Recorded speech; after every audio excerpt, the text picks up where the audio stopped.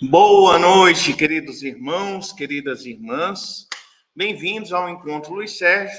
Na noite de hoje, estudo da obra Dois Mundos Tão Meus. Esse livro do Luiz Sérgio aqui, ó, maravilhoso. Vamos então fazer nossa prece de abertura. Senhor Jesus, bondoso e amado Mestre, aqui mais uma vez nos encontramos, Senhor Jesus, felizes por mais uma vez darmos continuidade ao estudo dessa obra. Permita, Senhor, que os bons espíritos nos abençoem e nos protejam, hoje e sempre, Senhor. Graças a Deus. Muito bem, mais uma vez aqui, sem minhas companheiras, mas acredito que logo elas estarão de volta. E aí, o nome do capítulo de hoje, Novas Roupas para Lauro. Lauro é aquele rapaz que no começo do livro desencarnou jovem, foi amparado no plano espiritual, voltou à Terra, teve aquela decepção com seus familiares, e aí o capítulo vai dar continuidade, né, à história de Lauro. Mas, antes disso, o Luiz Sérgio ele fala uma coisa bem interessante. Ele começa o capítulo falando da reunião mediúnica na casa espírita, do capítulo anterior. Ele fala assim: impressionou-me bastante aquele trabalho mediúnico, principalmente porque existem ainda muitos centros espíritas que desconhecem o valor do médium doador. Então, vamos começar a nossa reflexão por aqui. Muitas pessoas desejam ingressar, estudar a doutrina espírita, achando que quer ser um médium que vai fazer cura, que quer ver os espíritos, que quer ser um médium psicógrafo. Ou seja, a pessoa ingressa na doutrina espírita desejando uma mediunidade ostensiva e uma mediunidade que mostre, fique em evidência, vamos assim dizer. E aí o Luiz Sérgio vem justamente aqui valorizando aqueles médios que sequer são notados no trabalho mediúnico, que são aqueles médios que trabalham silenciosamente na doação de fluidos e que são tão importantes os trabalhos mediúnicos para doação de ectoplasma, para, enfim, doação de fluido das mais diversas formas possíveis, que são empregados nos mais diversos tratamentos. E aí ele conclui: um grupo mediúnico é de real valor para os técnicos da desencarnação. Então, muitas vezes, é preciso usar dos fluidos desses médiuns doadores para que possa auxiliar nos processos de desligamento. Então, me recordo aqui, há algumas décadas atrás, talvez mais de três décadas atrás, né, de um trabalho que nós participávamos, que era um trabalho mediúnico, que acontecia no período do carnaval. Foi uma época em que participar do grande encontro na época do carnaval chamado Concafras, as participações eram limitadas. Então, nós que ficávamos, que não conseguíamos viajar, fazíamos esse trabalho de desobsessão, esse tratamento espiritual, nesse período onde tinham muitos desencarnes. E o Dois Mundos Tão Meus, ele é dos anos 90, esse trabalho era nos anos 80. E aí vem Luiz Sérgio confirmando aquilo que nós já havíamos presenciado, a grande utilidade do serviço mediúnico, auxiliando a tantos irmãos que desencarnavam, né, especialmente por conta dos acidentes de trânsito, através do trabalho que era realizado. E aí essas pessoas, não, a maioria das pessoas que desejam ingressar no trabalho mediúnico, esperando uma mediunidade ostensiva, uma vidência, uma psicografia,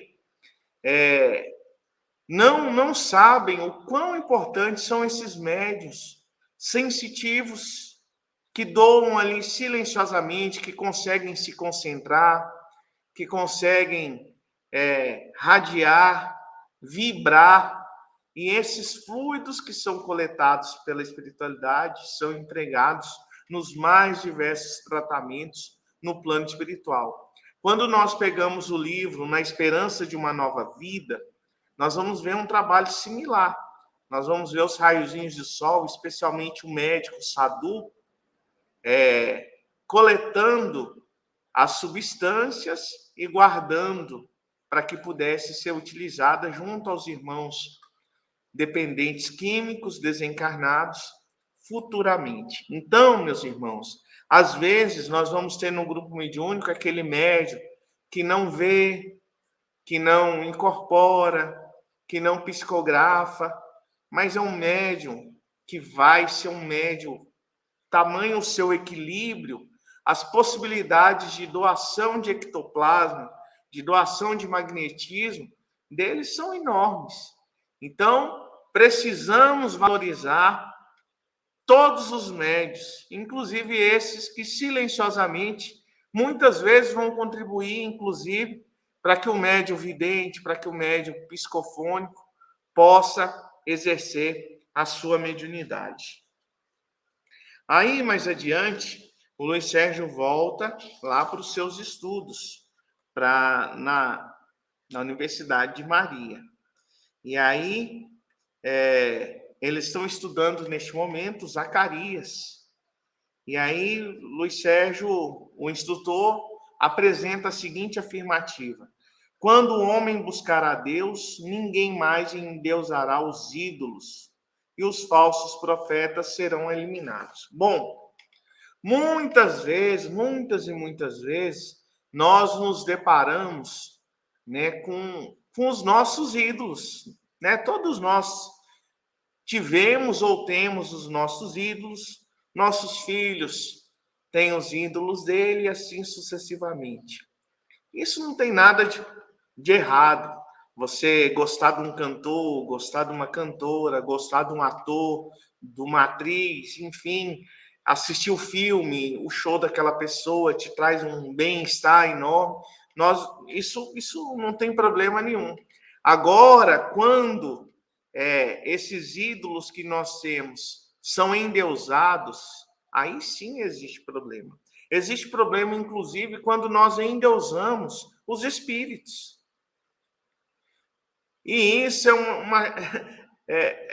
é bom tocar nesse assunto, porque muitas pessoas pensam que nós que fazemos o encontro Luiz Sérgio somos uma seita à parte da doutrina espírita, fora da doutrina espírita. E isso não é verdade.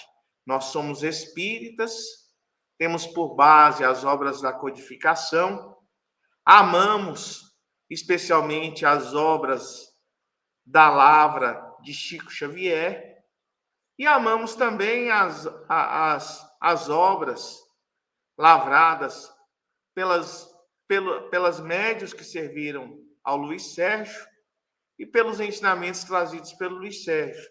Então, se houver alguma contrariedade com o ensinamento que o Luiz Sérgio traz, com o que Emmanuel nos traz, com o que André Luiz nos traz, com o que Allan Kardec nos traz, nós optaremos por esses antecessores e reconheceremos o equívoco que pode ter havido e não vai prevalecer o pensamento do Luiz Sérgio. Então, nós não endeusamos o nosso programa, o programa Luiz Sérgio, o programa dos encontros Luiz Sérgio, o programa das lives, é um programa de reflexão do que esse amigo querido nos traz. E não um programa para endeusamento dessa entidade, desse espírito.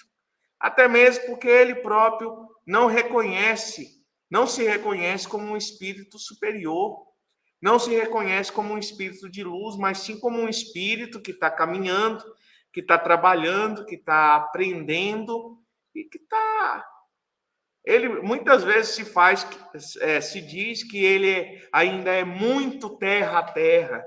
Ele usa essa expressão várias vezes. E o que ele quer dizer com isso?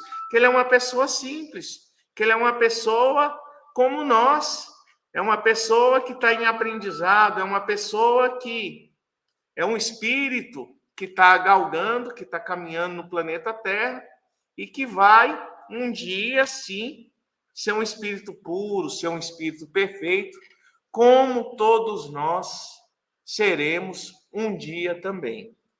Então, não tem por que endeusar o Luiz Sérgio, endeusar outras entidades venerandas, porque, na verdade, todos nós que nos colocamos na condição de profeta, porque profeta é todo aquele que revela, que traz a verdade. Então, os médiuns são profetas, os palestrantes são profetas, e os espíritos são profetas que trazem as verdades que já foram reveladas aí em três revelações. A primeira, que foi através do grande Moisés, os 10 mandamentos, o decálogo. Depois, o próprio mestre veio entre nós, personificando, então, a segunda revelação da lei de Deus. E agora a doutrina espírita, há pouco mais de um século e meio, vem na condição de terceira revelação.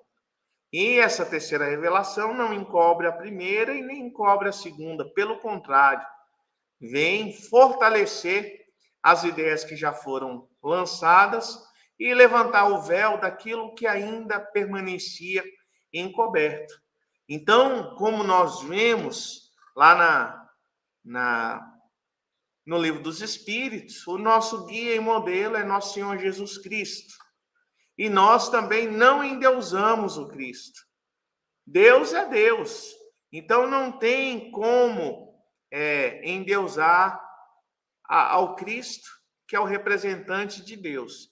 Dessa forma, meus irmãos, mesmo tendo os nossos ídolos, isso não tem problema nenhum. Agora, quando partimos para o endeusamento, e nós vivemos um momento onde os extremos são tão assim, a flor da pele.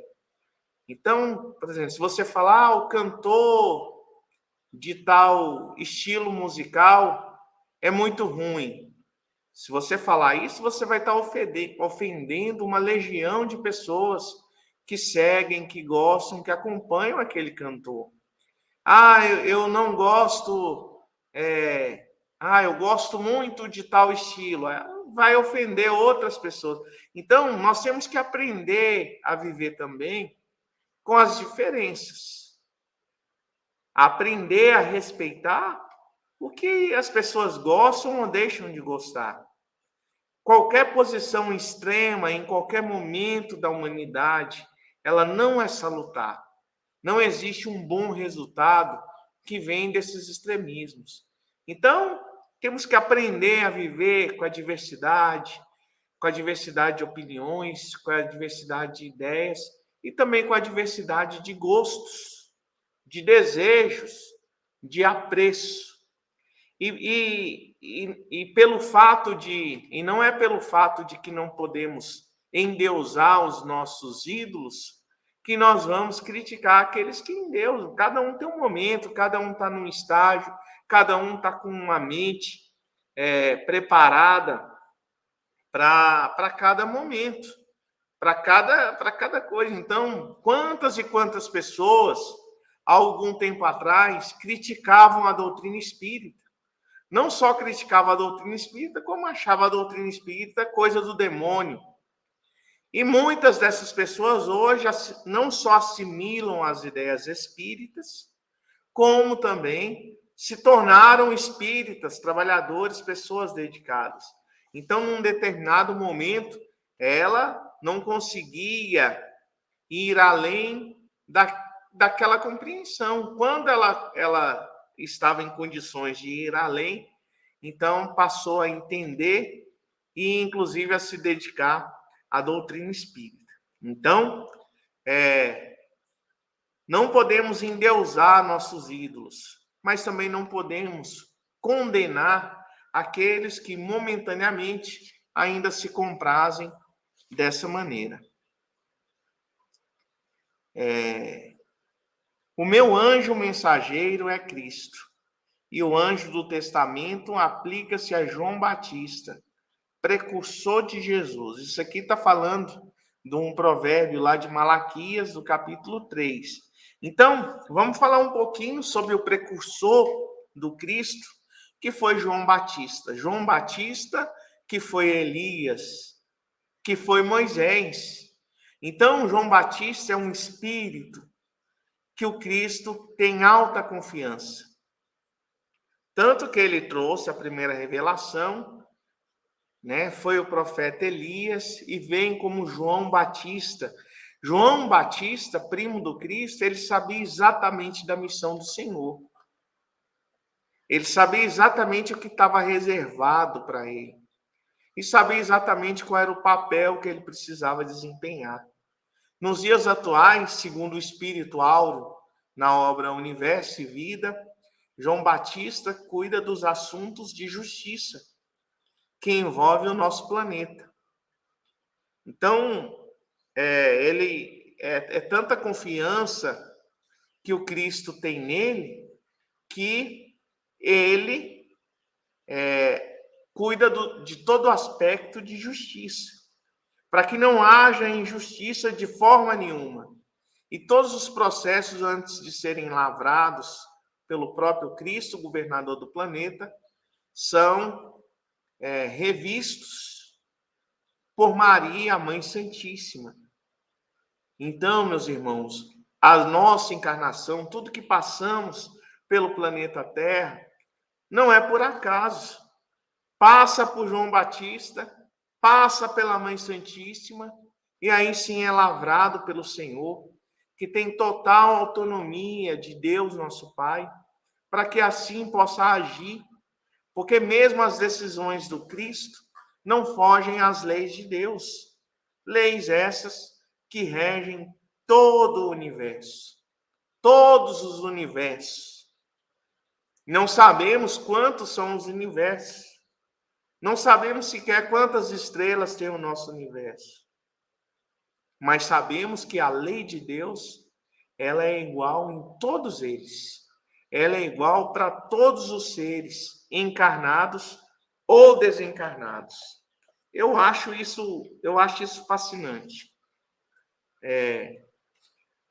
A questão dos mundos, da pluralidade dos mundos habitados, a questão do mundo espiritual é uma coisa intrigante. Por exemplo, quando pela vidência nós vemos o ambiente da casa espírita, embora você veja ali, por exemplo, o salão, a sala de passe, enfim, o ambiente da casa espírita, mas lá no plano espiritual tudo é muito maior do que aqui, do que o que a gente vê aqui no planeta Terra. Então isso é uma coisa assim interessante, é uma coisa intrigante e que leva a muita reflexão. E aí então eles vão encontrar com Lauro para poder ter uma experiência, para poder começar a trabalhar, porque, meus irmãos, para tudo, para todas as questões, para todos os problemas, a melhor opção que nós temos é trabalhar. A melhor opção que nós temos é prestar um serviço, é partir, ocupar a nossa mente e ocupar nossas mãos. Então, no plano espiritual, quando desencarnamos, você pode ficar estático, você pode ficar nas regiões de sofrimento e sentir alguma espécie de prazer momentâneo nessas regiões de sofrimento. Mas quando você resolve aderir à sua vida espiritual, à sua nova realidade, você vai ter a opção do estudo e do trabalho. E se você quiser, em momento algum, você vai ficar ocioso. E se você quiser, em momento algum, você vai ficar sem fazer nada. todo momento você vai ter oportunidade de estudar. E estudando, você também vai ter oportunidade de trabalhar. Porque o trabalho é a vivência prática daquilo que você aprendeu em teoria. O trabalho é a oportunidade de exercer aquilo que você aprendeu e você exercendo, você vai ratificar aquele conhecimento adquirido. Então, eles foram atrás do Lauro para buscá-lo para o trabalho. E então eles passam no refeitório e aí as pessoas estavam se alimentando. E aí ele fala assim, ó, desculpe, mas ao ver o refeitório, onde por muito tempo me alimentei, senti fome. Pessoal, a mente da gente é uma coisa poderosíssima, porque a mente é a sede do espírito. Então, às vezes, aqui enquanto carnado, né, nós que não temos a disciplina alimentar ainda, às vezes você está nutrido, você tá bem alimentado, está sem fome, mas você vê uma coisa de comer, aí você dá vontade de comer, você dá fome. Se tanto que existem, né, estudos que falam assim, não vá ao supermercado com fome. Porque se você for com fome, você vai comprar coisas que talvez sejam desnecessárias. Então, quando nós desencarnamos, nossa mente também fica assim. Por quê?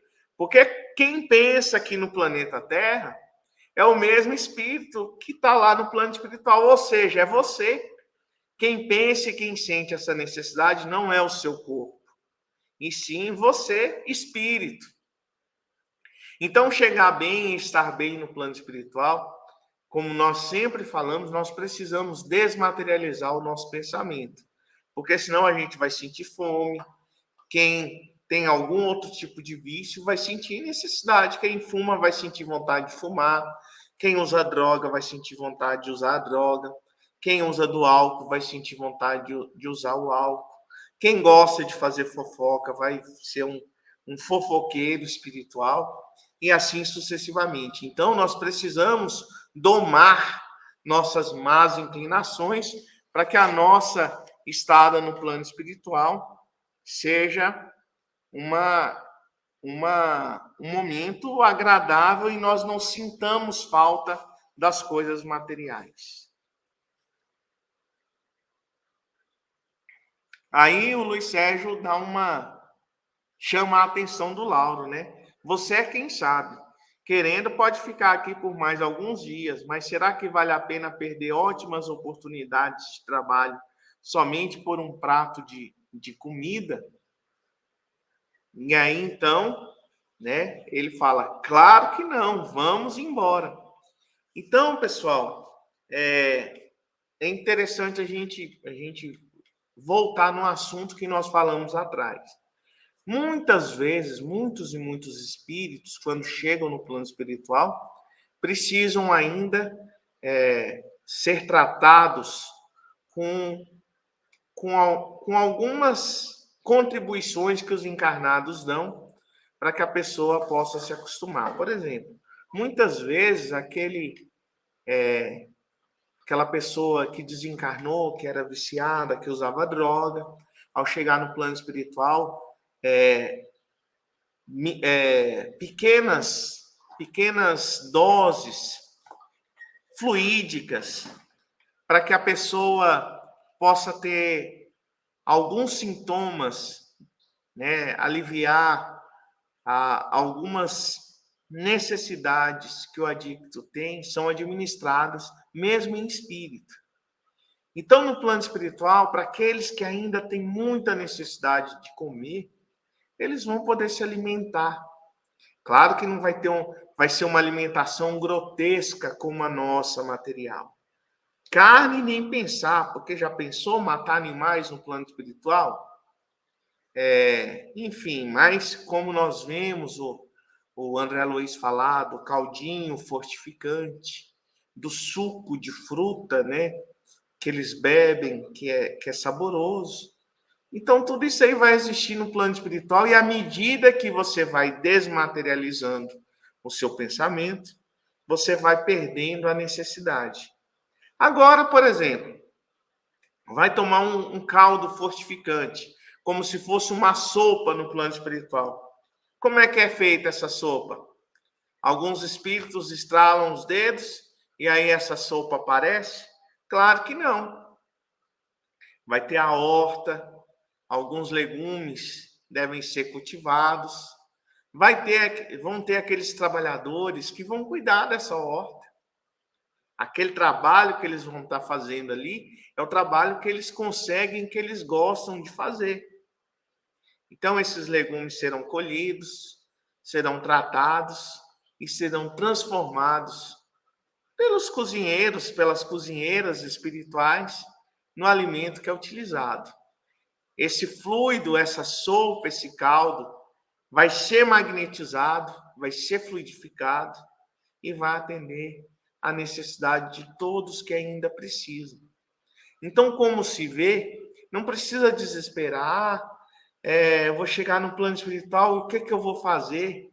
Lá os espíritos só ficam acolhendo os outros no umbral, os espíritos ficam dando palestra, ficam usando. Calma. Toda experiência que adquirimos ao longo da nossa existência, de alguma forma ela poderá ser utilizada no plano espiritual. Mesmo um serviço tão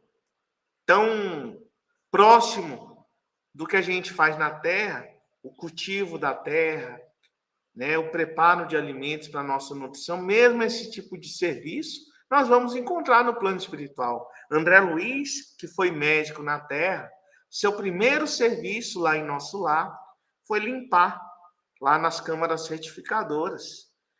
Os espíritos, né, vomitavam, sujavam aquele ambiente. E André Luiz, exercendo, aprendendo a ser humilde, limpava tudo aquilo ali, deixando tudo em ordem. Então, não nos preocupemos, meus irmãos, tenhamos gosto pelo trabalho, porque o trabalho enobrece o homem. O trabalho é um instrumento pelo qual nós poderemos fazer alguma coisa para o próximo, e fazendo alguma coisa para o próximo, estaremos fazendo para nós mesmos. E aí ele fala, né? O estômago é fogo. O legário interrompeu sua contemplação, convidando para o almoço. O semblante do nosso amigo se iluminou, chegou a lamber os lábios. Não pude me conter. Faminto, hein, irmão? Vamos com calma, o estômago também precisa ser educado. E isso precisa ser educado na terra. Precisa ser educado aqui na nossa existência. Meus irmãos, eu estava fazendo uma reflexão esses dias, né? Algumas pessoas próximas na minha encarnação, que já partiram, que já estão no outro plano da vida, que já desencarnaram, que nós podemos acompanhar o processo de esgotamento do fluido vital. Então, pessoas que gostavam de comer, que comiam muito bem, que comiam muito, às vezes até excediam, aí foram ficando doentes, foram perdendo o gosto pela comida, deixando de se alimentar e passa algum tempo, desencarna. E aí a gente pensa, nossa, como Deus é bom. Permite que até isso possa acontecer, para que na nossa chegada no plano espiritual, o fator comida não seja um fator de desequilíbrio. Porque uma pessoa que come muito, uma pessoa, né, que tem a glutonaria, se desencarna subitamente, e às vezes desencarna até por forma de suicídio indireto, chegando no plano espiritual vai ter muita dificuldade. Ao passo que uma pessoa que vem com uma doença, que vai desapegando do hábito de comer, deixando de comer o tanto que comia e até mesmo deixando de gostar de se alimentar em excesso, algumas coisas que comia vai deixando de comer. Isso é muito importante. Eu lembro minha mãe, quando antes dela desencarnar, primeira coisa, ela parou de comer carne. Ela não aguentava comer carne. E minha mãe gostava de comer carne. Então, primeiro, não gostava mais de comer carne. E aí foi parando de comer outras coisas. Tanto que a última refeição que minha mãe fez foi um mingau ralinho de Neston. Foi o que ela me pediu. Foi a última noite, eu estava com ela no hospital.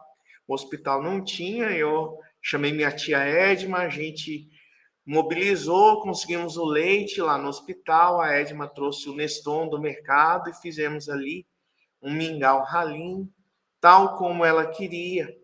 E isso foi a última refeição que ela fez. Então, até nisso, o plano espiritual age, Deus permite que seus mensageiros ajam para que nossa chegada no plano espiritual seja uma boa. E aí, então, enfim, o Lauro, então, né, recebe a roupa dele, larga aquela, a princípio era o camisolão, depois a roupa que ele havia sido sepultado, e quando ele então desliga a mente totalmente da questão do desencarne, ele então recebe uma roupa padrão, mas que com o trabalho dele, com a vivência que ele tivesse a partir dali, mais tarde ele poderia, né, adquirir outras roupas. Claro que no plano espiritual não tem como ostentar. Ele não vai poder ter um closet cheio de roupas e de calçados, mas ele vai poder escolher uma outra vestimenta. É isso então, minhas irmãs, minhas amigas que estiveram aí conosco, que estão conosco ainda conectadas. Vamos fazer nossa prece, encerrando assim o nosso encontro dessa noite. Senhor Jesus, bondoso e amado Mestre, agradecidos, Mestre, pela bênção desse encontro, pedimos, Senhor, traga paz e harmonia para todos os lares representados aqui neste momento. Sê conosco, Mestre amado, hoje e sempre. Graças a Deus. Ok, tenham todos uma excelente semana, uma excelente noite. Nos veremos em breve. Um grande abraço e muita paz.